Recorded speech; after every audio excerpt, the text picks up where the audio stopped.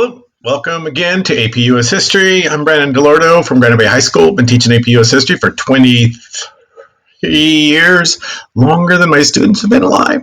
Today we're going to be focusing on the Roaring Twenties, the excitement of the Roaring Twenties and everything that they're all about. But we got a little asterisk next to the idea because the Roaring Twenties are an interesting decade.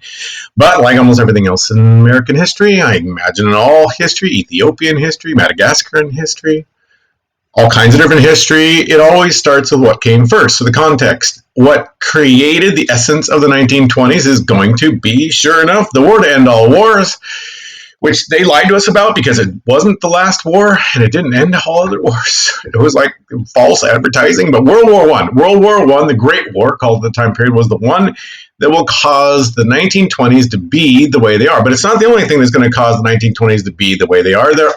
It's also going to be a reaction to the Progressive era. That's very much what the 20s is about. 20s, to a certain extent, is a return to the good old days of the pre-Progressive era. The Willie McKinley, just sit on your front porch and run for president from there, offering lemonade or possibly whiskey or bourbon to people, depending on what their actual predications, which one they like better.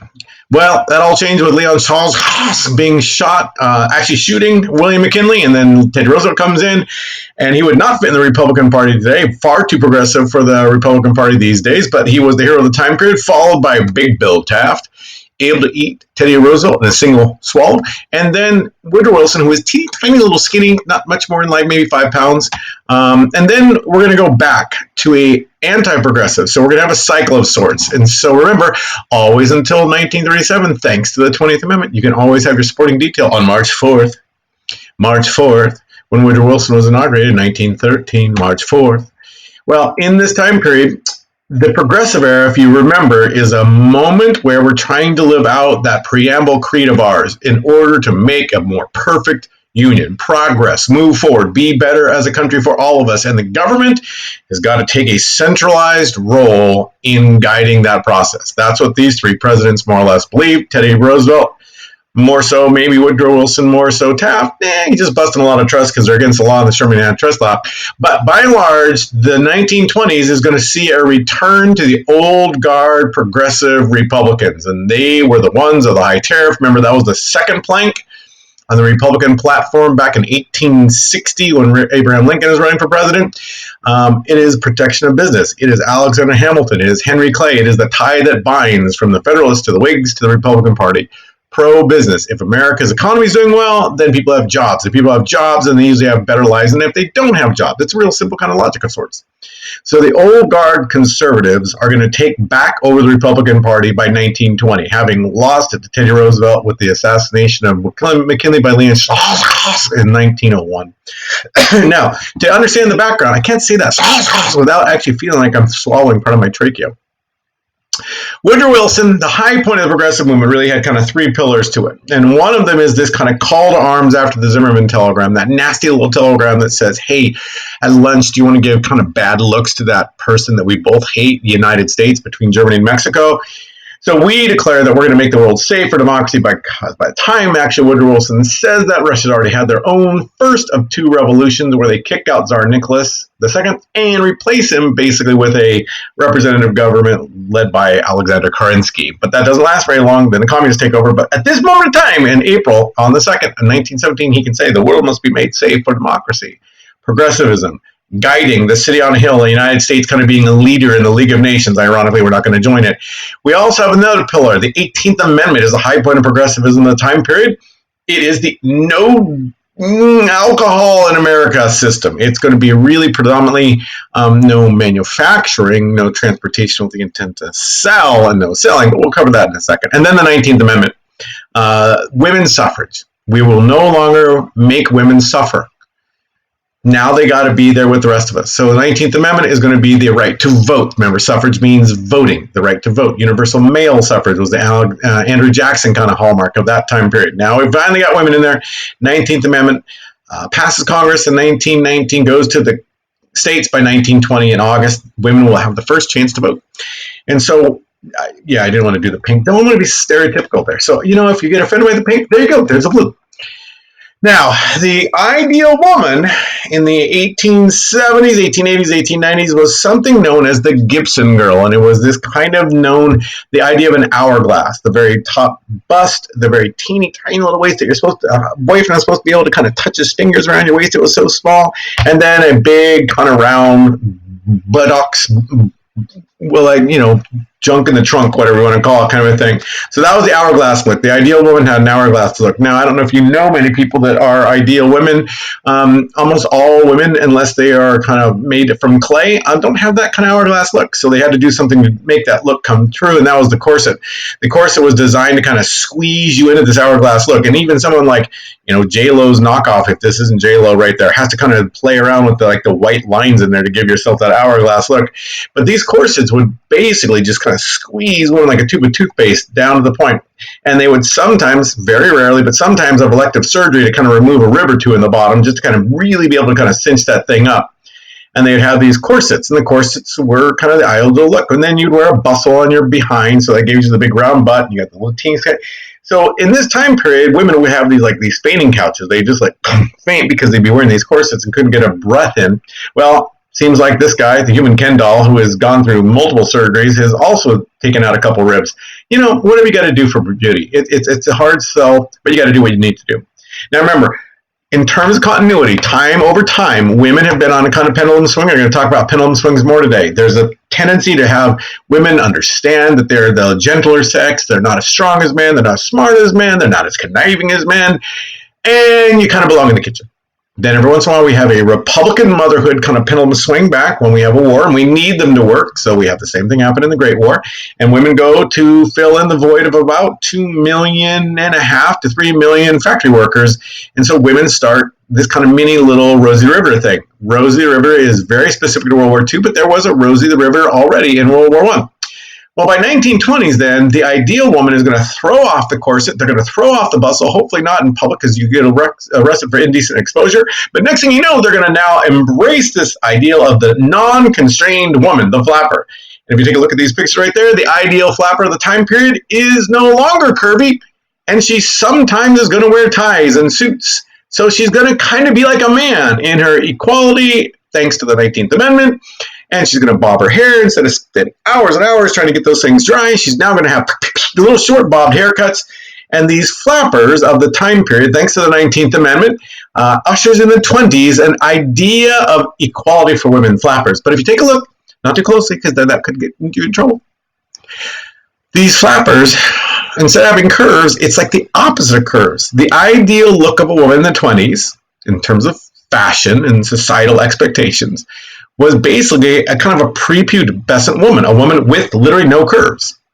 So here's the sad irony about kind of women's fashion and what women sometimes will do to themselves for the sake of fashion, where they used to kind of squeeze themselves in these corsets that would then bring up all your internal organs into your upper chest cavity, and then kind of get to the point where you have to wear this bustle, and you'd have a corset, you'd have other things, and you'd be wearing around 10, 15, 20, 30, 40 pounds of just undergarments. Now they throw off, they cut their hair, they liberate themselves, but if you happen to be a woman who has curves, now you got to constrain those curves. And so flappers of the 1920s would then sometimes wrap themselves on the top and squeeze tight. It's like the corset for the upper half of the torso rather than the bottom half of the torso to make sure that you don't have any curves. Quality comes in so many different shapes and sizes, and sometimes lacks of shapes and sizes. So the flappers are going to be these women who are going to be very liberated. They will be encouraged in the time period to express their sexuality, to enjoy sexuality. It was designed before that. The women were supposed to just kind of persevere through sex with their husbands, and it was always just with your husbands. And now all of a sudden, not only are they having equality, but they can actually join men in the saloons and drink, which is not illegal, but it's illegal to sell the drink in the saloons. But again, I digress. So these women are the flappers of the time period. We're talking bob haircuts. It's a very kind of liberating type stuff. And part of this because we now have the automobile, thanks to Henry Ford and manufacturing things so fast and cheap, that these women can drive all over the place to what were known as petting parties or the rumble seats, where they could get away from mom and dad, go out for a drive in the country, and Flappers, 1920s. Another thing that happened in the 1920s because of World War I, again, was the baby steps of the Civil Rights Movement, where about 350,000 African Americans are going to end up serving in the armed forces. Another 400,000 are going to come north in what was known as the Great Migration. We've already talked about a little bit, but they're finally going to get out of the South. Factories from the South are going to go down and recruit workers to come up and work in these factories because we've lost like 2.5, 4 million men to the armed forces in World War I, the Great War. So if you notice in the map over there, they're going to centralize themselves mostly in these factory cities of the North. They're going to come out of the South and go to these factory cities. In World War II, they'll then do it again, but they're going to go over to places like Oakland, where they're going to be building ships in the shipyards in San Diego and LA. So we have this migration happening, and we have these soldiers who are fighting for making the world safe for democracy. And as we know, they come back home to be told, in essence, democracy doesn't really count for you because you're too dark-skinned. You're African American, so it doesn't count for you. Democracy, there's an asterisk, we meant for all white people, as you know God looks like if you've ever seen the Sistine Chapel. He's a very Northern European-looking kind of guy. So we're back to the racism again, but it doesn't matter. We've now got hundreds of thousands. They're going to kind of take root in the North, especially New York and Chicago, and they're going to create this Harlem Renaissance, which is going to be the thing that gives the jazz age its jazz. It is a rebellious kind of music. It doesn't follow the same cadence in the count. It's got much more impromptu type stuff. And so in the 1920s, this age of rebelliousness against women's fashions of the old days, the idea that people were coming to, now it's going to be the ideal music of the time period. It's the crazy stuff. And the older parents would say, I can't believe you're listening to that devil music, that evil music. Well, there is, however, nothing that really is going to kind of flavor the 1920s more than the singular issue of prohibition. Prohibition, we're going to take a look at. It's going to be 13 years passed by the 18th Amendment that basically says you're not going to have any alcohol in America because we're not going to let people buy it. Well, we're not going to let people make it. We're not going to let people sell it. And if you can't sell it, then no one can buy it. And we're not going to let you transport it from point A to point B. So if you made it over here and you want to sell it over there, you're not going to let that happen either. So prohibition is the biggest one in this whole process. Now remember, the progressive movement, progressivism, is the idea of moving forward, the idea of making America a better place. And the idea of the progressivism is not necessarily sometimes always equal to the progressive crusade of something like prohibition. But you'll see where we're going with this in a second. It is not always the same thing. But this is a very common thing. America has had a drinking problem, as do most places on the face of the earth if they have the ability to take something and then ferment it and make it into alcohol. There's been a, wow, we drink too much movement in America, but it was almost always referred to as the temperance movement in the 1700s. There's a small movement, really kind of gets birthed in the late 1700s, 1800s. It's part of the Second Great Awakening.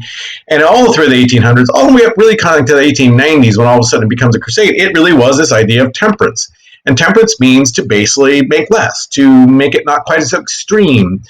Prohibition is much more the other extreme version of it. It's like, no, we're going to prohibit it. You're not going to be able to do it. So here's a key point for America, and America doesn't like being told what to do. You can just see it in the coronavirus. We can't get people to get off their damn butts and exercise a little bit until we tell them at a national or state level, you're supposed to stay in and don't get off the couch, stay in and watch Netflix. And people are like, screw you, can't tell me what to do. I'm going to go out and ride my bike around. Next thing you know, I got people riding bikes all over the place around here. You haven't seen a bike in the last 10, 15 years because, it distracts from my Netflix binging. So here's the biggest difference. Temperance was, I willingly choose, and I'm going to be part of a group that's going to try to get you to willingly choose to not use alcohol, or at the very least, use a lot less. Prohibition is the idea, no, we're tired of that, and we're going to basically force you to no longer use it. We will pass a law against you, and that's the way we're going to run this thing. So it is a very similar thing, but a very different thing on a whole lot of different levels. So part of the thing we've been talking about in class is the idea of the ESP Pendulum Cycle, economic, social, political.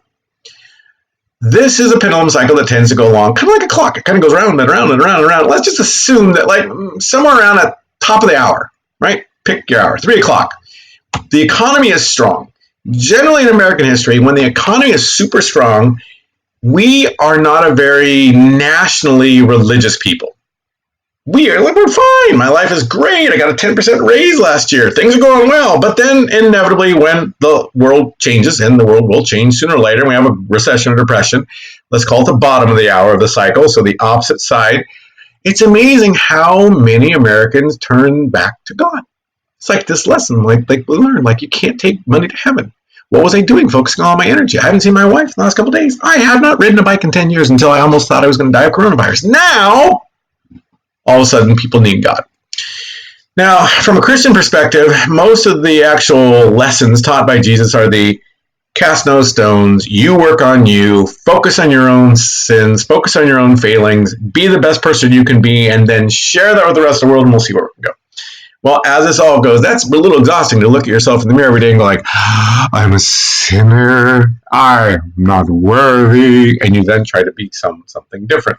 Well, after a while, usually around 45, that energy of trying to focus on making myself better, which is exhausting because I'm told by my church I can never be a sinless person because all humans are filled with sin no matter what you do. The only sinless person ever was Jesus, the theory goes. That means I'm never going to be done on this treadmill of trying to become less sinful because I'm always going to have some. It's so tiring. And as you're staring at the mirror, you're going like, oh, I'm a sinner. I am a sinner. I am not as big a sinner as you. Most laws in the history of the world are passed by a group of people to keep someone else from doing something they don't think they should do. Very few laws in the world are passed by a bunch of people saying we should stop ourselves. Most people seem to have this ingrained idea that they're living life as close to the way God wants you to as people can get. But those guys over there, remember, in this time period then, right around the quarter to the hour, we become a crusade. The country's done this a couple of times, a handful of times, and it becomes this thing where we're going to try to fix things. So if you kind of do this pulsation back and forth between a strong economy and a weak economy throughout our history, you can kind of see it play out up and down, up and down, up and down as we go through time. So from the 1730s, 1740s, 1760s, you've seen it already as we get ourselves ready to review for the AP test. You know, the Great Awakening comes in the 1730s and 40s, and then the economy picks up in the 1754 time period because of the French Indian War. People are smuggling, making money all over the place, like John Hancock. And then all of a sudden, it kind of craps out again, and that then leads to the Revolutionary War, the aftermath of the war, the hangover after the artificially kind of stimulated economy. So we've been here before. We've talked about this before. And then we end up having Shays Rebellion by the 1780s, and that leads us then ultimately to the Constitution. Now, again, in this time period, just moving along, 1800s, 10s, 20s, 30s, 40s, this age of Jacksonian democracy, the economy fluctuates a little less extreme, but it kind of goes boop through the whole time period. The War of 1812 is going to kind of come at the middle of that time period when it starts to kind of pull down. One of the things that basically Henry Clay and also John C. Calhoun were talking to James Madison in 1812 is, hey, we need to declare war on England because people are starting to get angry at those Tecumseh Indians. Hartford Convention is going to be a result of the economy completely collapsing in the New England states. And then we get into our era of good feelings, but it then crashes around 1819, and it stays low for a while until the 1820s. We got our Second Great Awakening that time period. The 1840s, it crashes again. That's when we have our first really true kind of national movement. If you remember the American Know Nothing Party, this is, we got to keep those immigrants out. We got to build the wall. Build the wall right there along the beach somehow or another. Keep those Irish and those Germans out, those Catholics with the Antichrist, the Pope. WASP, white Anglo-Saxon Protestant, not WASC. WASC, Western Association of Schools and Colleges. Anyways, we have this movement that is going to start to come out of the Second Great Awakening, which is abolitionism, and then also in the time period with the Declaration of Rights and Sentiments, the Seneca Falls, 1848, when women discover they're second-class citizens, same time people discover gold and communism is discovered by Karl Marx, 1848. Suffrage, why men can vote, why can't women vote? And then we also have the temperance movement. The temperance movement really kicks in high and heavy in the 1820s. And then kind of fades a little bit because all that gives way to abolitionism and the Civil War. Well, after the Civil War is over, we got our 13th Amendment. All people are freed except for punishment of a crime. 13th Amendment says so. We then have these fluctuations that kind of go along the time period. The big deep one as of 1873, when the crash happens and it kind of starts and goes down quite a bit, is going to lead to the end of Reconstruction because it's so expensive to try to keep protecting the rights of black people in the South to vote and, just have rights. It's so exhausting and so expensive. We just can't do it anymore. They should be able to take care of themselves by now. For God's sakes, they've been free for the last 4, 5, 6, 7 years. They should be okay. This is going to lead to the gyrations in the Gilded Age. Immigration is going to come flooding into the place. We're going to have all kinds of populism that moves about in the 1880s, 1890s. The Populist Party is going to come. And then we end up having a Spanish-American War. The economy picks up for a while, and then it collapses all over again. And next thing you know, we start just moving back and forth through the year of the strikes. All right, I'm going to close this real quick because I got a lot of people. Looks like they're coming to the house. Hang on. Don't go anywhere.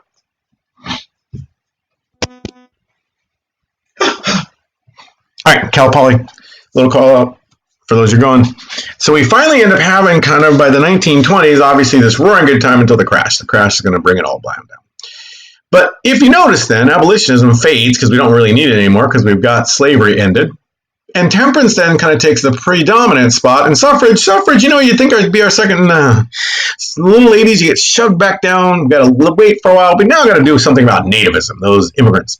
All right, so temperance, in this kind of lithograph of the time period, people began to worry about the kind of trials and tribulations of alcoholism and what it would do to a person in a person's life. And so you have this kind of like step process from 8 steps, I guess, across the whole way. Step number 1, a glass with friends. Step number 2, a glass to keep the cold out. Step number 3, a glass too much. And now I'm like passing out with my little kind of ascot and everything. Step number 4, drunken riotous. I'm bringing my cane, I'm going to beat the crap out of somebody. Step number 5, the summit amount of I'm a jolly companion, a confirmed drunkard. Everybody in town knows so. And then next thing you know, step 6, poverty and disease. That poor guy looks like he's from the Walking Dead extras cast. And then step 7, forsaken by friends. Step 8, desperate and riotous. And then finally step 9, death by suicide. This will happen to everybody if you drink 1 drop of alcohol. So the idea then is that in your wake, you leave this horribly strange shaped child that looks like a just small man and a woman wearing red, and she's grieving and her house is on fire and everything's.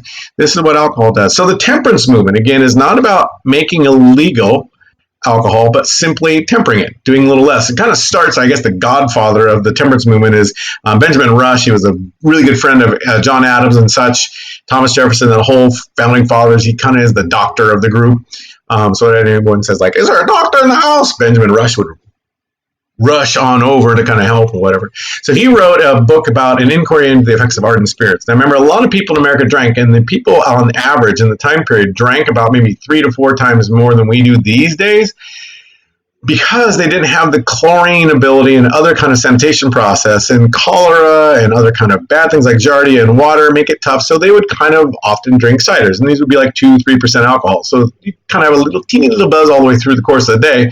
But after a while, especially if you're drinking other hard stuff, it would take its toll, and it could then do all kinds of damage to you, as alcohol always does. So he kind of started this whole process, and later on you're going to have Lyman Beecher, and if you recognize the name Beecher, he's like one of the most famous preachers, ministers of the Great Awakening, Second Great Awakening of the 1820s and 30s, and he is actually, the father of Harriet Beecher Stowe, Uncle Tom's Cabin's fame and fortune, the Civil War, the little lady that started the whole war. And then even with some of the utopian movements of the time period or the different religious outgrowths, Joseph Smith is going to basically start the process of kind of in their version of their religion, the Mormonism, it'll kind of outlaw alcohol or make it very, very limited, as will Joseph Miller and the Millerites. They'll basically forbid alcohol. But the woman who really kind of gets this thing going is a lady by the name of Frances Willard, and she comes in the 1870s, 1880s, and she is going to be the kind of the leader, the ubiquitous leader. You can see her everywhere, and girls of the time period would just know her and respect the crap out of her. Frances Willard was the Women's Christian Temperance Union, the WCTU, and this was a woman's union that was working for all kinds of progressivism kind of mindsets. They were working not only for temperance, but they were also working for other issues. Now, their main claim was they would make funding of water fountains in towns and cities across the United States, and they'd be dedicated to Hebe, the kind of the lady who would kind of bring nourishment and also refreshment to the gods. And she was also the goddess of youth, so, the fountain of youth. And they'd have these WCTC things, and the water would flow out clean from the mouth of Hebe, and then it would flow into a basin so that a human could drink it from the mouth and not get any kind of horse spit kind of stuff in it. But then if you take a look at it right there, we in essence have presented to the town of Cornwall by the ladies of the WCTU 1905. So the WCTU is working for all kinds of different things in the time period. They're working for women's suffrage. They're also working for a national movement to raise the age of consent. I'm not joking. Raise the age of consent to at least 10 or 12 years of age. Yeah, so we have the WCTU, which is kind of the foundation or one of the foundations of the progressive movement. We've got to make America better. We got to stop child labor. We got to stop the abuse of adolescents and such. She's going to be followed by Carrie Nation. And Carrie Nation is a woman who had married at a very young age an alcoholic man and had seen what alcohol had done to their life.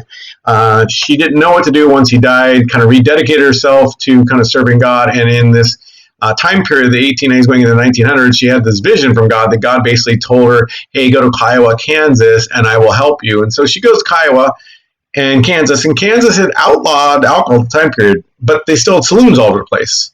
And the police would walk by and not do anything. Sometimes the police would walk in and get their free beer. And so she and a handful of ladies went into the saloon and with her hatchet and her Bible began to just tear the place up, just destroyed the place. And when arrested, she basically says, fine, I'll willingly go to jail. What was I arrested for? Destroying a saloon. I didn't think saloons were supposed to be legal. So every time that she would do this, and she would do this dozens of times, she and her fellow ladies would be arrested and they'd be let free the following day because they would never be brought to trial, because if the state or the county tried to bring someone to trial, they would then have to acknowledge that they're not enforcing their own state's prohibition laws. So she, Carrie Nation, as this kind of little cartoon shows, and this poster up here, all nations welcome except for Carrie. She's a really famous kind of prohibitionist / founding godmother of the temperance movement. But there's nobody really more important than this guy. And this guy is Wayne Wheeler, and he's going to push it from temperance to prohibition. And this becomes part of this kind of like the mindset that, no, this is an evil, and evil has to be stopped. And so Wayne Wheeler is one of the, not founding members, but he really kicks it up a notch when he joins and starts working for the legislative leadership of the Anti-Saloon League. And this is our first real big lobbying group in America. And instead of trying to support the Republicans or support the Democrats, which was the game of the Gilded Age politics, he goes in and basically goes, we will support either the Democrat or the Republican as long as they support prohibition. And they would throw all kinds of money at somebody. And if you didn't, or if you promised to support prohibition and then turn around and didn't do it, they would then support anybody running against you.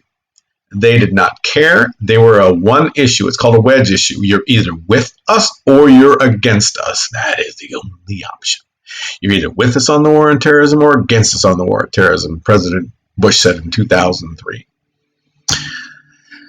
So what you start to see is something called the dry movement, meaning no alcohol. We're going to dry up alcohol in America versus the wet movement. The wet movement is always like, no, that's my right. I can drink if I want to. So in this time period, it's all kind of building to a crescendo in the 1890s, going in the 19-teens. It kind of kick-starts itself with the progressive movement. The problem with it was that the federal government would tax the snot out of alcohol. They're called sin taxes, meaning these are taxes the federal, state, county, sometimes city governments will lay on things that they and you know you're not supposed to do, like smoking cigarettes. They're going to put all kinds of taxes on cigarettes. And then this alcohol sin tax, these excise taxes, are going to be about sometimes 60 to 65% of where the government gets its money ever since it stopped selling land in 1862 with the Homestead Act. So what you have then is the government really can't afford to end or prohibit alcohol because it is the way the government makes money. It's just going to have to do it. Part of the progressive movement, though, coming from the populace, PO comes before PR, is the idea that we should have an income tax in America. Well, in 1912, the 16th Amendment to the Constitution states it is okay for the government to tax someone's income, IRS issue. So now, all of a sudden, with the government being able to tax the top 2, 3, 4, 5% wealthiest people in the country, all of a sudden now the government doesn't need the funds from alcohol. So by about 1913, going into 1914, the Prohibition Anti-Saloon League picks up some speed and momentum. By this time period, there's a number of states around the country that are dry states, but there's not nowhere near enough to have a 3/4 vote. And then all of a sudden, World War I starts. And World War I, as we looked at before, is part of the game of this public information, led by a guy by the name of George Creel. He's going to be given the job of consolidating and making us all focus against the enemy, and that is going to be part of the game. We're going to focus on the Kaiser. We're going to focus on the Huns. Those Germans are evil. They need to be stopped. You know, those Germans who brew beer, they need to be stopped. Anheuser-Busch, those kind of guys. All those Schlap, Platz, Pabst, all these German brewers. So in the midst of this time period, we're getting ourselves all amped up and burning German books and destroying German music. You know, Beethoven, probably subversive, hates America, even though he does. Anyways, one way or another, what you have this time then is this move to find a more perfect union. And this, we're in it together. You're either with us or against us. It's us versus the bad guys, the Germans. And we're going to have our big old heads out there as we looked at before. So what you start to see by 1916, going into 1917, once we're in the war, is all of a sudden alcohol gets pulled into this thing. So not only is it evil, and it's like it looks like water from a distance, but it's so different. It's like the Antichrist, and we have this now anti-saluting movement going out there, going, Satan is trying to do this. Look, it's the serpent that bit Adam and Eve. Well, didn't bite them, but bit the apple and made them bite the apple. Then next thing you know, it doesn't have any legs and it's crawling around. So we had this big move in the 1890s going into the 19-teens about alcohol being this evil that the devil, or later on, it may not be the devil, it's a saloon keeper. And where are you spending your money? Am I spending my money on, like, for drinks and things like this? Vote for my sake, this little brewer guy over here. And then let's say, vote try for mine and my child that seem to have these receding hairlines at a very young age. So the propaganda of the 19-teens gets into high gear by the 19-teens when World War I kicks in, and you have this kind of idea. I've seen this picture so many damn times. I'm almost 100% certain these women are mocking the people that actually said this kind of stuff, because look at the look. No. Lips that touch liquor should not touch ours. Then when the World War I gets going, though, all of a sudden we just shift it. Because now we don't have to worry about the devil anymore, because we have evil walking around this world. It would yearly save more than $2 billion now spent on liquor if we didn't allow liquor to be bought. We're going to have then the Kaiser. Look at that little evil guy there. Boom, boom, boom, boom, boom. Destroy this mad brute. Personal liberty. The liquor trafficker and the Kaiser's Hand seem to have pretty much the same ideas about personal liberty. Graveyard headstones for the actual boozer kind of saloon man. Or the Prussianism guy shooting people and stealing the stuff. Nothing has loot on his back. Vote yes for prohibition. So what we have then is Congress finally gets pushed and pressured to push through in 1917, at the height of the war, when we're going out to make the world safe for democracy, we're going to actually prohibit alcohol. So it's kind of like the math thing, courtesy of the public information. So if Germans are evil and the Austrians are evil and the Irish, because they're against the British with the Easter Rebellion of 1916, those guys are all evil, then they're bad. And if Germans make beer and Austrians make beer and the Irish make whiskey and other kind of things, and they're all foreigners, then those are evil, because bad and evil are the same if they have two options. Now the United States, us, U period, S period, us, we're good. We're so close to being like God. We even have an extra O in our name one way or another. And prohibition equals no alcohol, which means we're going to be godly, which means the 18th Amendment is going to end evil in America if passed. I'm not joking. There are people giving sermons, there are people giving speeches that if we can just end the scourge of alcohol in America, we will deliver a beautiful new day for this country. And so the movement pushes through Congress. By December of 1917, it's gotten through the 2/3, which means it's automatically an override of the presidential veto, and it goes straight up to the states, but they got to get 3/4 of the states. And if you take a look at these ratification states, you got it. Mississippi. Well, next thing you know, you got, let me see. You got Mississippi. We got Virginia, Kentucky, South Carolina, North Dakota, Maryland, Montana, Texas, Delaware, South Dakota. Then we got Arizona and Massachusetts, Louisiana, Georgia, and Florida, the top 15. Eventually, 46 of the 48 states are going to ratify it. Little Connecticut and Rhode Island never ratify it. They're like, screw you. Rhode Island's always been pissed at everybody, if you remember. But if you look down in this little part of the map, look at that. Abraham Lincoln and, yes, indeed, Robert E. Lee. So the North and the South together on this moral issue of cleaning up America's problem with alcohol. All we need is basically George, maybe Jesus, and we got it all taken care of up here. Well, this joint resolution passes, and eventually is going to pass by 1919. It will go into effect 1 year later by going into January 1920. But it's all in the fine print. That little part right there, ding dong. After 1 year from the ratification of this article, the manufacture, sale, and transportation of intoxicating liquors within the manufacture, sale, or transportation. Manufacture, sale, or transportation. It's not illegal to own it. It's not illegal to buy it. You can have a wine cellar. You can have a big liquor cabinet in your house. You can have it stocked with all kinds of stuff. One of the Yale fraternities ends up buying enough in the year between the passing of this and the actual implementation in 1920 to basically keep their members drinking for another 13 years, which proved to be fairly prophetic because they made it all the way to 1933 with the passage of the 21st Amendment that killed off prohibition. And it's never illegal to drink. So just think about it from a money perspective.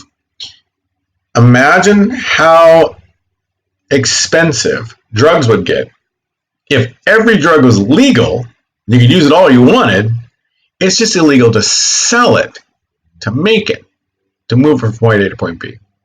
That's what Prohibition did. If you think about it, some social historians have thought about this from the perspective of this being very much an element of the Progressive movement. The Progressive movement were a bunch of WASP, white Anglo-Saxon upper middle class Protestants that kind of had a holier-than-thou attitude. And they more or less said, you workers in the factories, you immigrants that have come over, you can't control your alcohol, so we're going to control it for you by making this stuff so stinking expensive that the only people that can actually afford it will be middle-class people and rich. And they will continue to drink through the actual Prohibition era.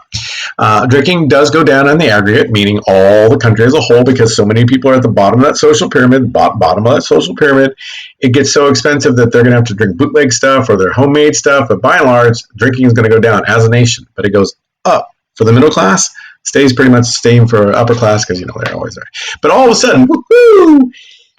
The United States has decided with the 18th Amendment, we're not going to make this stuff anymore. So the 18th Amendment is going to be passed, 2/3 majority in December on the 18th, 17th. It goes out to the states by the 17th, and it's going to be passed by the states by the 19th, and it goes into effect 1 year after that. And so the manufacture, sale, transportation, blah, blah, blah. It's just that's prohibited. And Wayne Mueller, in essence, now goes, okay. The wording of intoxicating liquors is a little bit deceiving. Because if you take a Jamba Juice and you let it sit out long enough, it will start to ferment based on the actual organic material that's inside of it. Believe me, I've tried it multiple times. It's Chico crap. Anyway, not really. I don't try that at home. Basically, anything that's got any kind of biodegradable stuff is going to start to turn into, so what percent? What's going to be the percent? So Congress is going to pass something called the Volstead Act, and the Volstead Act, let me see if I get this back here. Sorry, I was trying to move everything. The Volstead Act is going to be passed in October of 1919, meaning the actual 18th Amendment has already been voted on by the states. Now, here's the kicker to this. When people voted at a state level to ban the manufacture, sale, and distribution of alcohol, they thought the threshold of what percent something had to be alcoholic, how that much percent alcohol in it, was going to be much different than what it turned out to be. Well, Wayne Wheeler and his group pushed hard on Volstead and a handful of other guys. He's hiding behind me over there. He's kind of embarrassed about all this, his senator. Beer, wine, spirits, whiskey, brandy, vodka, things like that. As you learned in health and safety, you probably learned, hopefully you learned, they're not all the same alcohol. Beer will have around 3, some of the lower stuff, up to maybe 7 or 8. Some strong IPAs will have like maybe 8 or 9. But on average, beer is around 4 to 5%. Wine is going to sit around a 10, 12, 13, 14. There's some ports that are a little higher, but by and large, on average. But then, mixed drinks are going to be around 25. You can get moonshine that's up to like 50 or 60% alcohol. But when people were voting, they had been led to believe that the threshold would be around 20%, meaning people could still drink beer and wine, just not the hard stuff, because it's the hard stuff that's going to get you in trouble.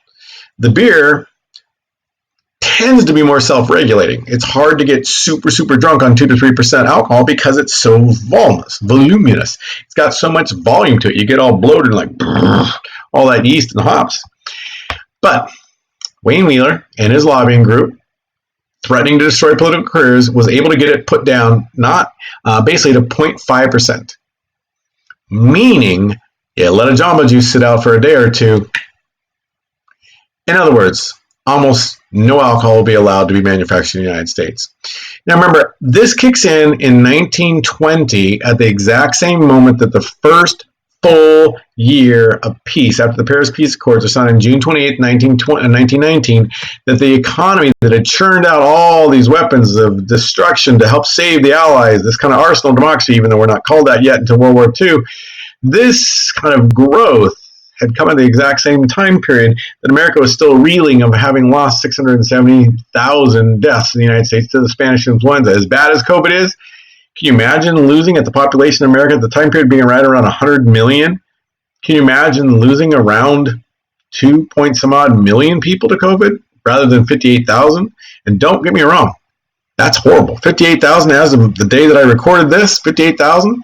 That's all the American deaths in the Vietnam War, starting from 1964-65 all the way to 73-75.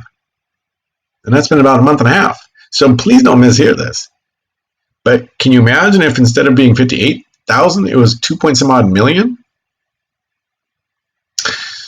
So by 1918, going into 1919, as the war is ending, what you have then is an exhaustion that is just swept into the country. And it happens during a midterm election. In the midterm election, Wilson then loses control of both houses of the Senate. As we talked about the end of the World War I time period, the actual deaths in World War I from America, because we'd really only been fighting full scale over there for about 4 months, was actually a higher percentage per week than in the Civil War. Wilson goes flying off, as we had in our last lecture, to make the world safe for democracy. As he's leaving, the Republicans are pissed. He's not bringing a single solitary Republican with him, except for one guy who was kind of sort of Republican. And they all know that this is Wilson's going to be trying to design this thing to run for re-election in 1920, become the Messiah of the world. And they decide whatever he brings back from the Paris Peace Conference, we're going to just destroy it one way or another. They're going to nibble it to death. So at the end of World War I, again, we have Wilson all of a sudden going from being kind of despised and hated in the last couple months of the war to being now the savior of the world. Roses being thrown at his feet, and he's got his 14 points in this Paris Peace Conference, and he goes and meets with the big three, and then they kind of do their stuff. And out of it comes the League of Nations. But again, America at this time period was so frustrated and tired, the Democrats had seemed to not work, so that in the midterm election, the Republicans took both houses, and this is leaning towards the 1920 election. The Democrats thought he was going to run again. The Republicans were thinking Teddy was going to run. Well, Teddy's going to be dead by 1919, and by 2021, Wilson will have had a stroke, and so basically neither of these guys ends up running. Kaiser Wilhelm, who had been the king of Germany, of Prussia at the very least, had abdicated and taken off, lived a hall in the rest of his days until 1941. And he took off on the 9th. The World War is over on the 11th, and then the peace treaty is signed in 1919. But the election year that year was November 5th. I think I said before November 4th, but I must have looked at something wrong. But it was November 5th. It has to be at the first Tuesday after the first Monday in November, and the 5th was the election day that year, and that's when the Republicans took out the House and the Senate. If you take a look down there at the Senate number is pretty close. Republicans have 49, the Democrats have 47, so it is really close. And many historians talk about this being frustration with Wilson, getting tired that the war wasn't getting done over as fast as it could. So just in the world of reality, if this had kind of changed somehow or another and had Kaiser Wilhelm abdicated a week earlier on the 2nd, and then the armistice day had been on the 4th, what probably would have happened is the Democrats would have won both houses, the United States would have signed the League of Nations, and there may never have been a Hitler. Maybe, well, Hitler himself was around, regardless of when they sought him out to go kill him as a 17, 18, 19-year-old sitting in that hospital. Kaiser Wilhelm lived to a ripe old age, and he dies in 1941, having seen his beloved Germany become the most powerful nation on the face of the earth. I guess that's what tulip farming can do for you. But as we've talked about, after every war, the economy slips back down, goes into a recession of sorts. All these workers have been promised basically wage hikes and raises after the war is all over, as long as you don't go on strike during the war, and instead they get wage cuts. The business class made all kinds of profits off of World War I, but then all of a sudden when the war is over, they basically serve a whole bunch of layoff notices to the workers, which caused the unions to go into like overdrive. But we are still kind of in the aftermath of the whole George Creel Committee for Public Information. It's like, if you're not with us, you're against us. If you're the bad guys. Also 1917, by November, remember, the Soviet Union is created when the Russians, led by Lenin and Trotsky, and to a certain extent Joe Stalin, are going to take over Russia, and they're going to try to export international communism across the world. It's called the Intercom. In other words, we're going to have this communism, and it seems like to America during World War I, and it carries over to the after-war time period, that America is kind of like rebellious union guys are all directed by the Kaiser or the actual Soviets afterwards. So it's like either the Germans or the Russians. Take your pick. They all kind of look like that. And then the idea of the Democrats trying to like nationalize things. You can see them, they're kind of like doing the Federal Trade Commission and trying to revolutionize railroads, and this Soviet guy is going to go like, take it one more step further, comrade. So 1919 became known as the year of the strikes because the economy is just reeling as it goes through the aftermath. And again, we do our little pendulum swing. We pendulum swing, back and forth, back and forth, back and forth. So what we tend to have in this time period then is this pendulum swing that is not unlike any other kind of thing, right? And so this pendulum swing, if you've ever seen this guy, it's kind of a cool little thing. See if I can get it to work. Where he has his demonstration he does in his physics classes. And I cannot move any further back, so there's no cheat here. Don't try this at home. But physics should be your friend. He's like an 80-pound ball. That the slightest push, and this will be my last lecture. It will destroy his head. And no signing afterwards. See, this is what people do in college. They laugh at the professors. You guys just sit and watch and then fast forward. Collaboration.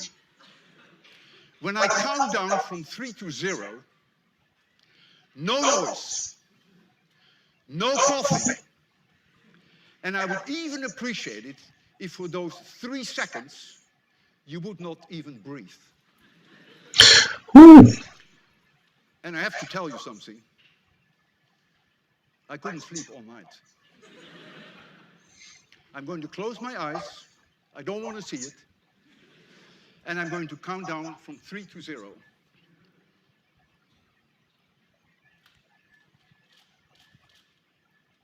3, 2, 1, 0.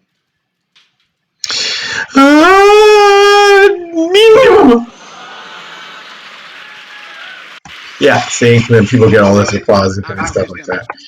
Anyways, so here then, we're going to see if I can get myself to get him out of there. Tink. And off to the spectrals. See, now he's going to talk through my whole thing. All right, so here then is our pendulum swing that we're going to be talking about. Let me see if I can get this to move forward. The pendulum swing that we have in American society then is going to be a pendulum swing that goes back and forth and back and forth and back and forth. I had a really cool little graphic that I'm going to have to take off. But we basically go from Republican to Democrat, Democrat, Republican, progressive, conservative, back and forth, back and forth, and back and forth. And so when we are talking about our internal pendulum swing, we're going to talk about a pendulum swing in terms of politics as it goes along.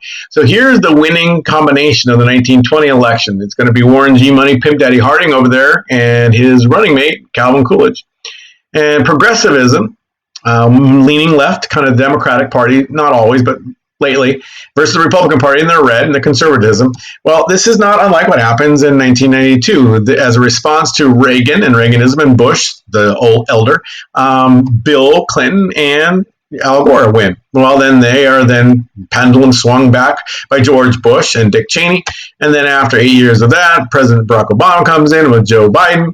And then after that, basically Trump and Mike Pence are kind of an answer to that. In other words, what you tend to have in American politics often then is this pendulum swing back and forth. And like the guy just showed you in his little video, the irony of the pendulum swing in American politics is just about the time you are as powerful can be, the apex, the highest point of your swing, what you often don't notice is that the seeds of your own destruction are already being laid. And the society, the country's getting ready to all of a sudden come careening back. So what we have then is a Republican domination in the House and the Senate, the presidency, and then the Democrats are going to take over, and then the Republicans will take it back, and the Democrats will take it back. And so what we have in the 20s is basically a decade, with the exception of Wilson being president from 1921 start in January till March 4th when he leaves office and Warren G. Money Pimp Daddy Harding takes over. This, my friends, with that one exception of those 3 months, the 1920s is a Republican-dominated decade. It is the decade of the Republican Party. And they are going to be old school Republicans, not Teddy Roosevelt Republicans. They're going to be the business of America is business kind of Republicans. And they are set up to basically kind of just semi-guide and let things go, which is going to bring about the highest levels of corruption the United States has seen. And to a certain extent then, somewhere in heaven or hell, Ulysses S. Grant is going to be so happy because he's no longer president of the most corrupt administration ever anymore. Now he's second from the bottom. The bottom is going to be after the teapot scandal, and the teapot scandal, the oil scandal, is going to be where we have these strategic reserves that are out there so that the United States will have enough oil if we ever need it for like our Navy and our cars and our tanks and things like that. But this is going to be then sent out. Oh, my dog broke her way in here again. Hello, Chloe. Hi. Okay. So we now have this kind of scandal of sorts where the United States government, the Secretary of the Interior, a guy by the name of Albert Fall, will lease out the strategic oil reserves to a bunch of buddies of his from Texas. who are oilmen, and they are going to then get oil super cheap, next to nothing, and then they'll be able to sell it for all kinds of profit. And this is the oil that's supposed to be there for the United States for emergency purposes. Albert Fall ends up getting hundreds of thousands, millions of dollars in today's monies of loans that are never expected to be paid back by these guys. And so what ends up happening is this horrible series of scandals. Teapot Dome is just the area where it's like a natural formation in which the oil is underneath it. It's not just one scandal. It's all kinds of scandals during the Warren Harding administration. And the scandals even get to the point of him having, even though he's supposed to be representing the very moral element of the old school Republicans, he's quite the man about town with the ladies, including one who will write a tell-all book, Nan Britton. There she is with her daughter. And her daughter, I don't know if you understand genetics and DNA type stuff, but if you look at her face, little Elizabeth Ann, basically, oh, you can just see you can see Dad in there someplace. Oh, this is a girl who never really knows her father, but her mother will write a tell-all book, make all kinds of money about it. Ironically, not to get into too much detail about this kind of stuff that should be best left to a health and safety class, Nan Britton and Warren G. Pimp Daddy Money Harding would use the little side private office that would later become famous with Monica Lewinsky and Bill Clinton, and has actually been famous with other presidents too. So we have this corruption that's going a long time period, but probably the most corrupt of the actual administration for Harding is one of his best friends, his attorney general. Now, if you don't remember from 8th grade or just haven't heard before, the attorney general is supposed to be the head sheriff for the United States, the person in charge of enforcing a law in the name of the president, and sometimes against the president, like our current William Barr. But many presidents have picked people that they can trust. Of course, that makes sense from a leadership perspective. But Attorney General Harry Daugherty, he was a guy that was part of what was known as the Ohio Gang. Now, remember, Ohio is a swing state. Long before you get into AP Gov next year, a swing state is a state that sometimes goes purple, sometimes goes red, sometimes goes blue, often is right there on the cusp. So if you can win it, you can kind of push it a little bit. So because of that, we've had more presidents from Ohio than any other state in the United States over our history. You got William Henry Harrison with his 1 month presidency. You got Grant. You got Rutherford B. Hayes. You got basically Garfield, Benjamin Harrison, the grandson of William Henry Harrison, William McKinley, Big Bill Taft, and eventually Warren G. Pimp Daddy Money Harding. And so Attorney General Harry Daugherty is an Ohio gang guy. He had been a 2-time congressman from Ohio. And he had been somebody who had helped make the Republican Party, also helping with Howard Taft, and then Millie McKinley before that with with Mark Hanna, and then was the actual campaign chairman for Warren G. Money Pimp Daddy Harding. And so he was then put into place as the guy in charge of enforcing the laws. Well, he became about as corrupt can be, and was taking handouts and basically kickbacks from all kinds of different people, and a scandal ends up breaking in this time period, but he has got all kinds of people. But the most famous one, the one I like to think about the most, is a guy by the name of George Remus. Just look at that. I mean, there's like a bootlegger mafiosa guy if I ever saw one. Well, the irony is he had been a very successful lawyer in Cincinnati and in Cleveland, Ohio, and he was going to be thought about running for basically the district attorney, meaning the guy's going to enforce the law for the county and such, or a bootlegger. District attorney, guy enforces the law, or bootlegger. He's going to be the king of the bootleggers. That'd be like you going up to the career center and saying, I really don't know what I want to be when I grow up, but I've got it narrowed down to 2 things. I either want to be a nun or a prostitute. Or going in and saying, I want to be a monk or a pimp. I'm not sure which yet. I've got my mind set on one of those 2. I've narrowed it down.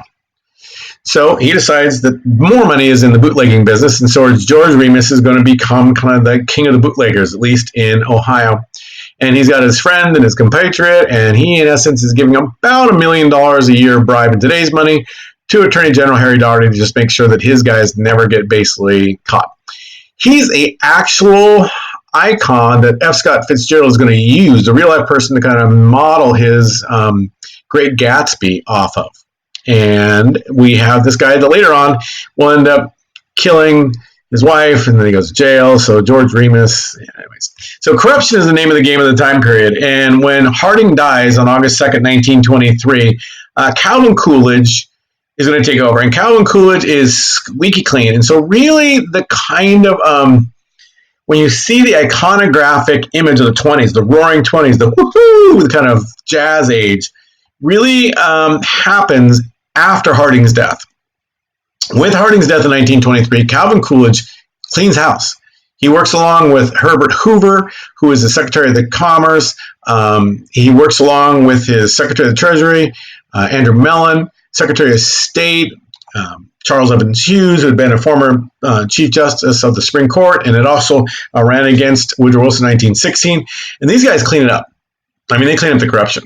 So as of 1923, they get going and they do it. And Calvin Coolidge, he's kind of our funny little turkey guy. He looks like the neighbor who might, mow his lawn every 3 days. Calvin Coolidge from Massachusetts, been a governor.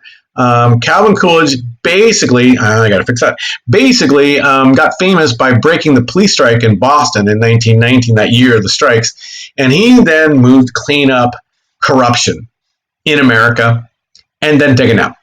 He is famous for taking naps, lots of naps.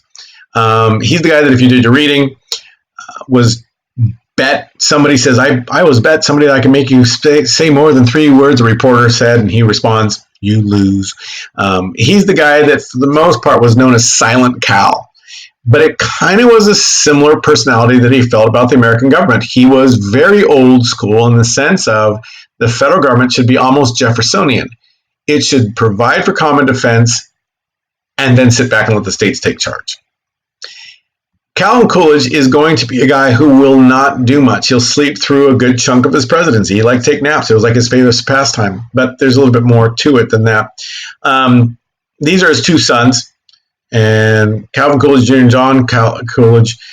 His youngest son, when he's president, will be playing on the tennis courts, and he'll get a blood blister on his toe. He'll end up becoming infected, and he'll end up dying of the infection. And so his youngest son will be dead when Calvin Coolidge basically starts his first real term as president in 1924, going into 25. And so to me, it makes a little more sense if somebody's sleeping a lot and taking naps. It's a very common response to overwhelming grief, is to basically just turn reality off. So Calvin Coolidge will be Silent Cal. He will basically take lots of naps. He will not be out there a lot. But he is old school Republican, the old school, which is the business of America is business. So when he runs and cleans things up and in 1924 wins, he wins pretty handily in 24. Wisconsin is still going back and forth with Bob LaFollette's Progressive Party. They haven't let go of that. But if you take a look again, the Yellow Dog Democrats, the blue state Democrats, South Carolina is still full-blown blue. Mississippi, so these are those cotton belts, legacy of, it's all kind of a race issue still, and you can't tell us what to do. But Calvin Coolidge will win almost everything except for most of the solid South. And his Secretary of the Treasury will then start to kick into gear what are known as the Andrew Mellon tax cuts of 23, just a little bit before the election. And this is part of what is known as trickle-down economics. And the basics are very simple. The idea of trickle-down economics, or supply-side economics, is that the government should lower taxes on the rich. The rich then will go out and buy yachts. And then someone will be hired to make yachts for the rich people. And that those someones, by the dozens, hundreds, thousands, tens of thousands over time, making yachts for rich people, will then have a lot more money and a lot more jobs, and so they'll be happy. So in other words, if you cut taxes on the rich, they will then start to buy and invest in things. They'll invest in business, they'll invest in this. And it happened. The 20s will be a huge economic boom. But one of the reasons it's a huge economic boom is because they also invest in the stock market. And the stock market is going to just explode through the 20s once Warren G. Money, Pimp Daddy Harding is out of the way and things are calmed down by Calvin Coolidge. So you have what is known as a bull market. A bull market is when the bull is kind of bullish and it's like optimistic. Think of a bull like lifting its horns when it's trying to throw someone in the air, versus a bear market is when the bear's like, and is like smashing things down. If you close your eyes, you almost will hear and think a grizzly bear is ready to attack you. So the bear market is when the stock market just like, boom, is knocked down on the ground. The bull markets are like, woo-hoo, it's been thrown up into the air like by a bull in a bullfight. So the supply side economics becomes the name of the game of the time period. Now remember, we talked about this before. A perfectly balanced system is going to basically have your population making stuff for your country, growing food for your country, and if everything is going well, it basically will make enough for your country. But if you don't have it making enough, you're going to have to bring in some imports. So in 1895, we're making way more stuff. That's going to lead us to look for outside markets. That's going to lead to the Spanish-American War. That's going to lead to the American Empire. The Philippines are jumping in with the kind of the open door notes in China. But by 1920, because of our ramping up to basically make enough stuff for not just the United States in World War I, but for Britain and France and our allies, our GDP was way too big. In other words, we here in America do not buy the stuff that we make. We buy like 65 to 70% of the stuff we make, meaning if our economy is going to float along at almost near full employment, we need to buy more than our factories are making, or sell it across the world. Keep this in mind because it's going to kick back when we get into the Great Depression or our next thing. So this is the age in the 1920s when capitalism becomes consumerism. And consumerism is really pretty simple. Consumerism basically means find a way to get people to constantly buy more stuff than they need so that the economy can stay running at a good tick. And if we buy more than we need, the companies will continue to make stuff, people will continue to have jobs, and everything will go well. Think about it. It's not complicated. The opposite, if people don't buy, let's say, for example, a company makes 100 things in a week and only sells 80 and only can get other countries to buy 10, it's left with a stockpile of 10 extra things, whatever those things are, yachts. It then will kind of go, we have 10 extra yachts, so this month we're only going to make 80 yachts, we'll have the 10, we'll sell everything, but then they lay off people. So the people get laid off, and they go out and they say, I can't buy a yacht anymore. And so the following week, they only sell 70 yachts. And then they're like, oh my gosh, we can only sell 70 yachts. So they like, and it goes down, down, down. Remember the vicious spiral? For farmers, this is the vicious spiral of capitalism. So to keep an economy working full speed, you need to keep people buying crap they don't need. This is when you start the process. In the 1920s is really when we kind of get almost psychologically hooked as a nation into this idea that we need to buy stuff. We need to shop. We need to have more stuff. If you have a little bit of stuff, wouldn't it be great to have even more stuff? And it becomes kind of this mindset that you kind of get yourself on this treadmill, and psychologically, you're literally starting to feel that it's not enough. Used to be back in the 1860s, 70s, 80s, before dresses and things were manufactured or mass-produced, a woman would have, in essence, and so would a man, what was known as their Sunday best. Their Sunday best dress. And it would be one that was tailored to their body, and they would wear it for all nice special occasions, with the exception of maybe a funeral or a wedding. But you wear it for everything else. Your Sunday best. You wear it to church, you wear it to parties, you wear it to whatever. Then all of a sudden by the 1880s, 1890s, women started having seasonal dress. So different things that go with different seasons. Then over time, it got to the point where you'd have different color palettes that would be used at different moments in the season.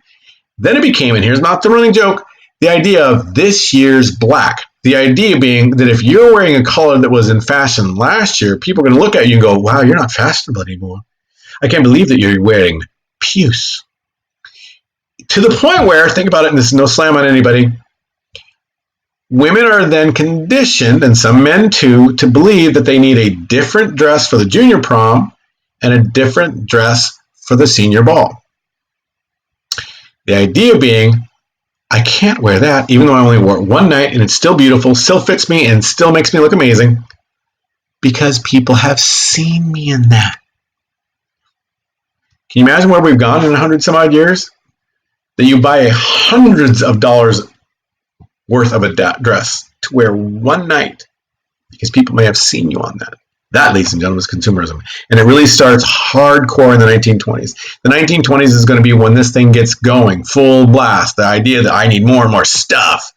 Well, stuff we find doesn't really make us happy because the more stuff we have, the more stuff we want. We want faster stuff, better stuff, cleaner stuff, more, whatever. But this happens and it works. So in the 20s, you find banks are beginning to loan money to people for consumer-based buying. This really hadn't happened before in the United States. Banks had loaned money out because remember, when a bank loans money out, the bank is loaning out money that is not the bank's. It is somebody else's. The bank may have started with its own money, but after that, once they open up, people put money in for savings accounts, checkings accounts. And the bank then uses their money, loans it out for people to buy factories, buy houses, buy land. In the 1920s, they start letting people borrow money to buy cars, to buy clothes, to buy radios, things that aren't going to be easily given back, to buy stock. So what happens if you borrow $1 million from a bank of somebody else's money and the stock market collapses? We'll get to that here in a day. But during this time period of 23 to 1929, most of that is Coolidge's presidency, and you have this, so look at this barbershop quartet, but instead of playing a piano, they're playing a cash register. All these bald guys over there, big businesses dancing to the tune that Calvin Coolidge is playing on his sax of praise. And the economy goes up. It does. It goes up. The stock market goes screaming up. And most Americans that were at the upper middle part of the social pyramid actually have a lot more money by the time. But what we find when we really study, because of the 16th Amendment, we now have all kinds of data on this, is that the rich keep getting richer and the poor keep getting more and more numerous during this time period. By the 1929 period, it has never been so out of whack with the top 1% owning so much and the bottom 99 owning so little in comparison, except in the 1890s, just before the Progressive movement came in. But that's okay. In the interim, looking back at it, it was still a great time to be alive. This is the era of little orphan Annie before she becomes famous in the Great Depression. But remember, she's kind of foster child adopted by Daddy Warbucks, meaning he made money in the Great War, and that's where he made money, but he lost his hair. So the sun will come out tomorrow. This is the decade that he's Republican dominated. You can get it on Spotify. You look for it. So we also have a Supreme Court. If you notice over here, the Republicans are going to kind of dominate the Supreme Court through the 20s. And you may recognize that guy right in the middle. Big Bill, William Howard Taft, the only chief executive to be the president and the chief justice of the Supreme Court. He will be appointed by Warren G. Money, Pimp Daddy Harding. And he will, in essence, rule on many things. One of the most important things that the Chief Justice, the Supreme Court, are going to rule on in this time period is that those finicky child labor laws, the ones that say these guys can work at the age of 8, 9, 10, 11, 12, those are an infringement on their freedom to work. And so they knock down a lot of the progressive movement. One of the ways to think about the 20s is that this is the time period where old guard Republicans are dismembering everything that Wilson, Taft, and Teddy Roosevelt put together. Very much like the Trump presidency has been a response to undoing everything Obama and Biden did. Now watch, if Biden ends up winning in 2020, you will see if he gets both the House and the Senate, they will begin to put back into place all the things that Trump has destroyed. Pendulum swing. Like the guy said. So we also have then a kickback into the immigration issues, where we start seeing ourselves get a flood of immigrants once World War I is over. And just like we talked about before with actual Charles Darwin and his theory of relativity, which then is also the kind of rationale for almost every racism in the world, Congress starts going like, holy crap, holy crap, holy crap. So in those rabble times of the 1921 time period, Congress starts getting pushed to put limits, as you can see Uncle Sam putting over there, percentages of the immigrants that came to America in the days before. Eventually, they end up putting the quota as 1890, meaning right before all the old world immigrants came over. They put a quota saying you can only have 3% of the people that came in 1890, which means they're going to really limit the Italians and Eastern Europeans, but the British are going to have such a high quota, the Irish have such a high quota, the Germans woo, we can come on in. So this is the era of kind of this rebirth of social Darwinism, and even Teddy Roosevelt believed in it, but it's called the eugenics movement. It had already started in the 1880s, 1890s, but by the 1910s it was up and running. By 1920s, it comes back with a full force. And eugenics is like the early version of genetics, the idea of breeding better people. And there will be a huge science, eugenics motion. The time period kind of flourishes in America. The idea that there's a race kind of war in America all over the place and around the world. And this is going to be where Nazi Germany starts to kind of get their idea. We tend to think that Hitler brought us to Nazi Germany. The United States is one of the first countries to start doing this idea of a genetic kind of perfect union, a more perfect Superman of sorts. And so we do this thing long before the Germans do their issues. And the Nazis are going to start to sterilize mentally retarded people and things like that. Well, the United States had already been doing it. We had started in our kind of insane asylums doing all kinds of sterilization operations on people who are deemed to be not able to control their own things. Take a look at California. We're just shy of 10,000. Just shy of 10,000. And this is up to 1935 that allow the idea of sterilizing people who aren't good enough, or mentally retarded, or whatever. And so the United States is going to do this in Stockton, Napa, Mendocino, Sonoma. So we're going to be doing these sterilizations. And this is the age, in essence, where you now start to see a wrestling match, not just between science and religion, but the urban and the rural. And it kind of shows itself in what is known as one of the most famous things of the 20s, the 1925 Scopes monkey trial, where John Scopes over there on the far left-hand side is accused of teaching evolution in his biology class, and he's also a football coach.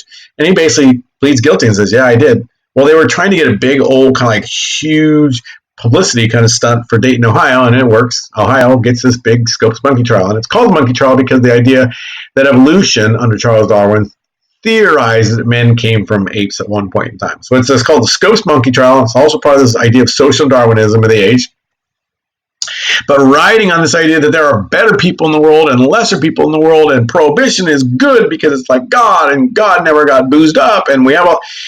The KKK has a resurgence in the 1920s. The KKK hits its high point. This is them proudly walking down the Capitol, Pennsylvania Avenue, past the White House, hoods off. You know they're proud when they're not even worried about hiding behind their hoods anymore. The KKK will spread out of the actual South and take root deep in the Midwest in this time period. But again, the most important overall thing, because we're going to come back to the KKK and the Civil Rights Movement later on, the most important element of the 20s is prohibition. And so prohibition is going to ironically be enforced by an old guard series of Republicans who are going to try to pay down the World War I debt. And they're going to try to enforce prohibition, keeping people from making, transporting with intent to sell, and selling alcohol. But it's never illegal to drink at a national level. It's never illegal to own at a national level. It's never illegal to buy at a national level. So the profit margin is going to go up 3, 4, 5, 10-fold. The amount of money you can make by selling alcohol, if you can get away with it. So to keep these people from actually doing this, you need a huge law enforcement agency. But the Republicans, who control both houses of Congress, are not in the mood. And they are cutting federal expenditures during this time period. This is the single solitary most expensive domestic thing we've ever done in terms of laws. And the Congress is not in the mood to spend money. So they cut money, and they make the states do it. Well, in 1923, New York basically sues the federal government and says, you guys pass this thing, you enforce it. So by 1923 going to 24, basically there's very little enforcement of prohibition on an actual national level. I mean, there's all kinds of different prohibition agents all over the place. They're busting stills all over. This is one that is busted about 3 to 4 months after prohibition goes into effect in 1920. It's a Texas ranch owned by this guy, a guy by the name of Morris Shepard. He was a U.S. senator from Texas. It gets even better. He was the guy who actually authored the language of the 18th Amendment. And he's got a still on his Texas ranch that's kicking out about 1,200 gallons of gin a day. And gin is selling for about 10 times what it sold in 1919, just 1 year earlier. Wow! You want a little dichotomy and irony and contradictions? Prohibition. This thing that's supposed to bring about morality in America and will bring about the most immoral time the country has ever seen. And it goes into effect in 1920, just about the time we as a nation don't want to be told what to do, and we are tired of progressive crusades. So you have your actual prohibition agents like Izzy Einstein and Mo Smith. They're busting banks and busting speakeasies and bars all over the place. They then get reassigned in New York when they bust the 21 Club, and that's where all the rich mucky mucks drank. And so they basically do it twice, and then they are fired by being moved to a different thing. And then this guy over here on the side, a guy by the name of Two Gun Hart, his actual name was Vincenzo Capone, and he was the brother of Al Capone. So one of the most famous prohibition agents in the time period of Prohibition was the brother of one of the most famous gangsters in the history of the United States. Thanksgiving dinner must have been fun around there. So Al Capone was kind of like the leader of the time period. He is the guy that is also putting together things like soup kitchens in the era. He's like a Robin Hood. So they're busting alcohol. They're doing all kinds of bootlegging. So it's not like they didn't try, but they really just didn't try that hard. Most of these kind of bootlegging films are designed for kind of the sell to the public, to make people know that they're out there doing something. They're actually breaking things.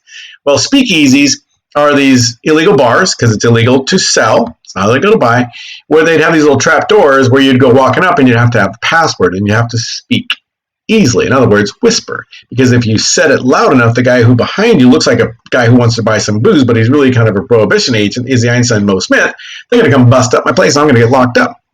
So you have to have a speak easy little kind of whispered password, and the guy would listen and go like, okay, and then let you in. Without that, they need a warrant to go into your bar, and inside the bar, you'd have all kinds of stuff. We also have people who are known as bootleggers in the time period. A bootlegger is going to be somebody who, like this woman, hides alcohol she's going to go take across town to sell in her boot. Now, for those of you looking close, it's a little swastika on the ground. So many different, ways to kind of decorate your house. Well, they would hide it in fake wood. They would use these shoes. I saw these shoes online. They're pretty cool. They're designed to look like cow's feet. So if you're actually carrying stuff back and forth from a still in a field, it would leave prints, making it look like there were just a bunch of cows walking back and forth. They would strap these big flasks, that is a damn big flask, to their body underneath these like coats. So these were the bootleggers. And Al Capone had a big buddy. He helps get elected, a guy by the name of Big Bill Thompson, who had been mayor of Chicago, Al Capone's adopted city, twice. And he runs again with the help of Al Capone, putting in all kinds of money. And he basically says, I'm going to be wetter than the Atlantic Ocean. I don't care. We're not going to enforce the actual prohibition laws here in Chicago. And it goes big time. He's also known in World War I, when he first became mayor of Chicago in 1915, for being somebody called the America First Group. And they were saying, why should we join World War I, and help out George V, who he threatened to punch in the nose if he ever came to the United States, and his cousin, Tsar Nicholas of Russia. If he ever shows up, why should we help him? So long before we already got our kind of America First with our current president, we'd already had an American First Group. And then in 1928, we have what's called the pineapple primaries, where people start throwing, Al Capone friends and guys, they start throwing hand grenades that look like little pineapples out to keep people from voting in this election in Chicago. One guy who was actually running for the black vote is chased down the street and beat to death. So you have all kinds of stuff where the world basically turned sideways.